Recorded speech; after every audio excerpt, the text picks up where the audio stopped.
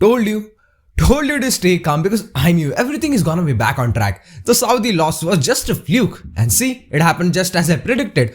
Argentina are in the round of 16, that too by winning the group. And now it's my time to ask, where is Saudi? Where is Saudi? Where is Saudi? Where is Saudi?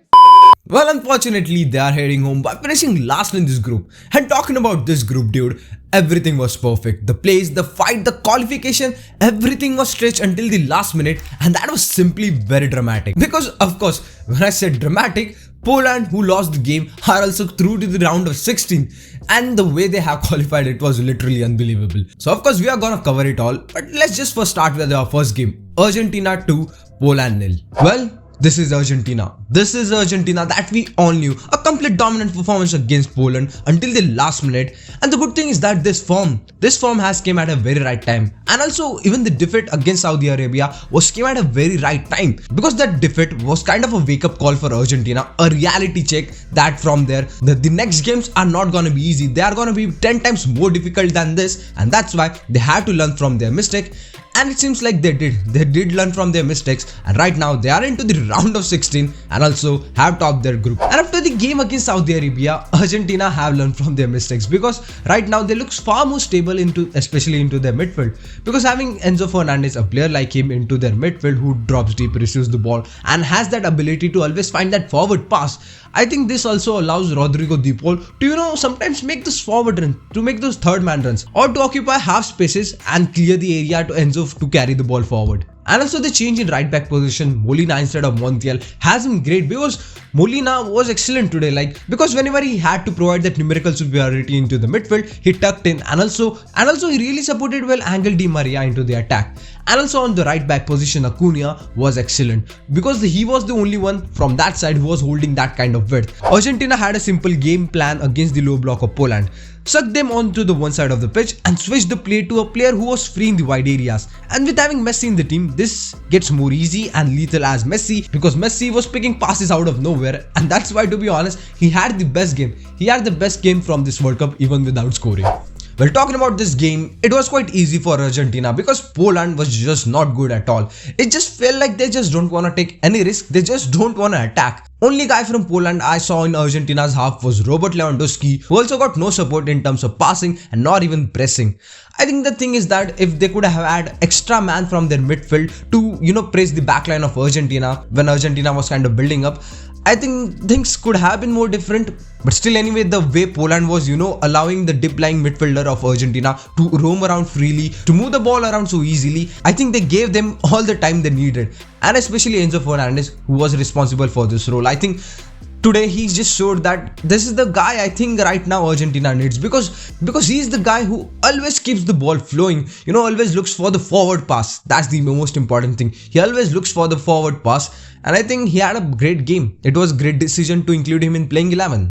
But anyway, Poland was solid in defense, especially their goalkeeper Szczęsny. The penalty saved by him was absolutely world class. And talking about that penalty incident, of course, it was not a penalty, not even in any world.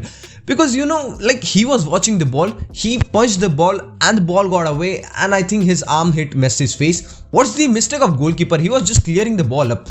And that's why I think, if it wasn't Messi, the penalty wouldn't have been given. But still the penalty was given. Messi took it and missed it. But all credits to Szczęsny, the way he saved, that was an absolutely world-class save. Anyway, moving on to the game, I think Poland was kind of playing with a low block, and that's why Argentina was trying to, occupy the zone 14 and especially the wide areas. On the right side it was Di Maria, and on the left side it was Acuna who was providing them that width. But the fluidity that this midfielders and wingers and even the wing backs showed in this Argentina squad is like something incredible. The way someone would move out, then other would occupy that inside half space. I think this is the complete rotation, the triangle that they were forming onto the wide side, and kind of getting numerical superiority into those wide areas. And that's why Di Maria was getting easily in 1v1 situation. And the first goal, same thing happened.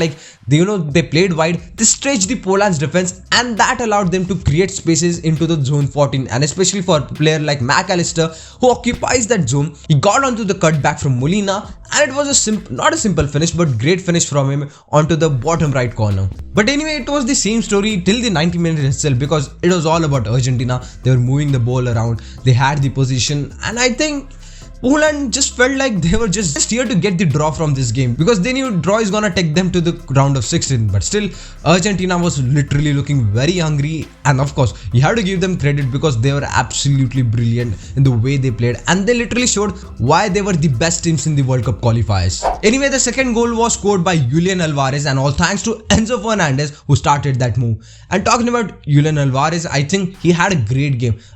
I think he's the best striker, to be honest. He can fit into the wide areas as well. He can play into the center areas as well. I think he's a very mobile striker who always keeps moving here and there, creating spaces for the players like McAllister and especially like Messi by stretching out the defenders. And also the timing of his runs was very perfect today, and that's the most important thing that we have to look out after the Saudi Arabia's game. But also the intensity that he brings off the ball while pressing is just incredible. I think this is the aspect I think Lautaro Martinez doesn't provide, and that's why right now he's a starter for this team.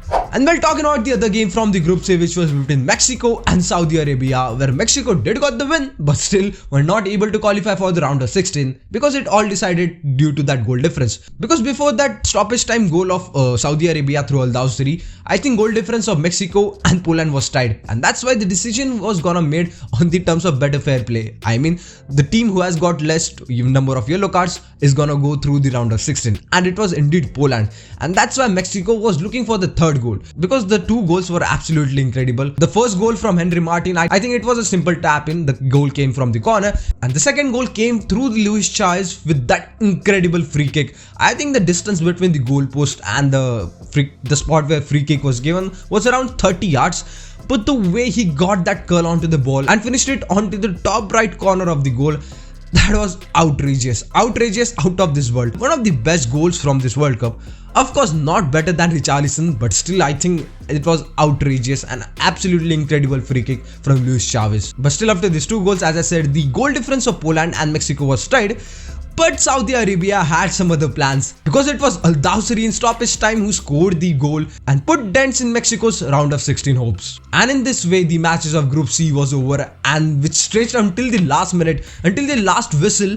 And that's why it was simply dramatic, and I think it was worth the money, and I think it was worth sacrificing my sleep to watch this some incredible dramatic scenes until this last minute. From Group C, it's Argentina who had topped the group and now will face Australia from Group D, and Poland will face defending champions France. But anyway, it was a good day for Barca fans as they saw Lionel Messi also getting into the round of 16, and as well as Robert Lewandowski leading his Poland side into the knockout stages for the first time since 1984. We're talking about this day, these weren't the only games that were exciting, because in Group T, we saw some very shocking results as France were defeated by Tunisia, and on the other hand, Australia are through to the round of 16 by defeating Denmark, and the Denmark, who are the dark horses of the World Cup, the race is over for them. They are heading home. Incredible result as well. Again, I think the scenes at Australia at their hometown, I think it was around 4 AM, but still the way the local people were celebrating in Australia, I think this is what it's all about. Football is everywhere and you just don't see any time to celebrate. I think the local time at Australia was 4 AM, then Australia won the match,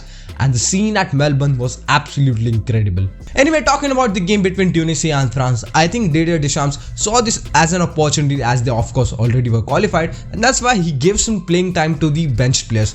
And that's where I don't know, it was a mistake, but still I think Tunisia was really brave with their approach. I think right from the start of the game, they knew that they have nothing to lose. They gave everything from their side, and of course they got the reward through Khazri, who scored the goal in 50th minute, I guess. But still, France were, creating chances as they put on Kylian Mbappe and Griezmann after the half time. And of course, in the 99th minute, on to that 99th minute, it was Griezmann who almost scored the goal, but only to see that referee had given that offside. But anyway, game ended as 1-0 to Tunisia, and Tunisia produced one of the major shocks of this World Cup. Anyway, talking about other game which was between Denmark and Australia, I think it was all about Denmark because they had like fair share of possession, I think more than 60 or 70%. But still, I think the way Australia defended against them, because in the first half Denmark was looking very little. They were producing chance after chance, but still kudos to Australia, the way they defended this game, and also the way they took their chances. They only had some few chances in this game, but still they made the most out of it. And one of their goal was scored by Lecky, which come on to the counter attack. It was a great finish, and of course, this is all matters. Like at the end, you gotta take your chances. Even though you dominate your possession, even though you dominate every stats of the game, It all that matters is that you have to take the chances, and Australia did, and now they are into the round of 16 and will face Argentina on Saturday. Anyway, today we are gonna see some exciting games as well, as the Group F and Group E are gonna have their final say.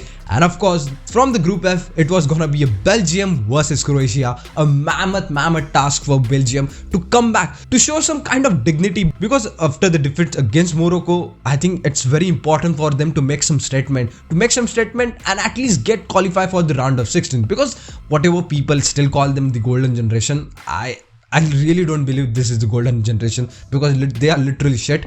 But still, anyway, I think they need to win this game against Croatia, because Croatia against Canada looked very lethal. And the other game is between Morocco and Canada. Well, if Morocco wins this game, then they will qualify for the round of 16. So of course, Belgium is kind of hanging on a thread right now. And from the other group, which is Group E, we have some again exciting games. Spain versus Japan. If anyone wins this game, they will qualify for the round of 16. And the other game is between Germany and Costa Rica.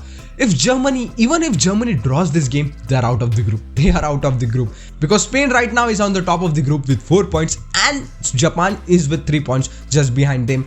And behind them, it's Costa Rica with 3 points, and Germany with just a single point.